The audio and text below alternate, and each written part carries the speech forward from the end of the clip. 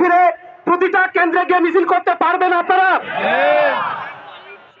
আগামী 12 তারিখ ফজরের পরে আপনারা সবাই নামাজ পড়ে রেজাল্ট না হওয়া পর্যন্ত কেন্দ্রে থাকবেন আপনারা ইনশাআল্লাহ।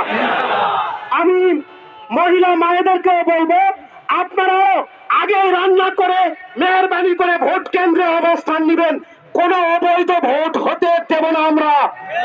আমি এই মঞ্চ থেকে দীপ্ত কণ্ঠে ঘোষণা করছি, আল্লাহ যদি আমাকে এমপি হিসাবে কবুল করে, যে জায়গায় দাঁড়িয়ে আছি আমরা, এই জেকে কলেজ এবং মহিলা কলেজ, দুপচাচিয়ার বড় দুইটি কলেজ, আদমদিঘির রহিমউদ্দিন ডিগ্রি কলেজ, এই তিনটি কলেজ অন্যতম বৃহৎ কলেজ।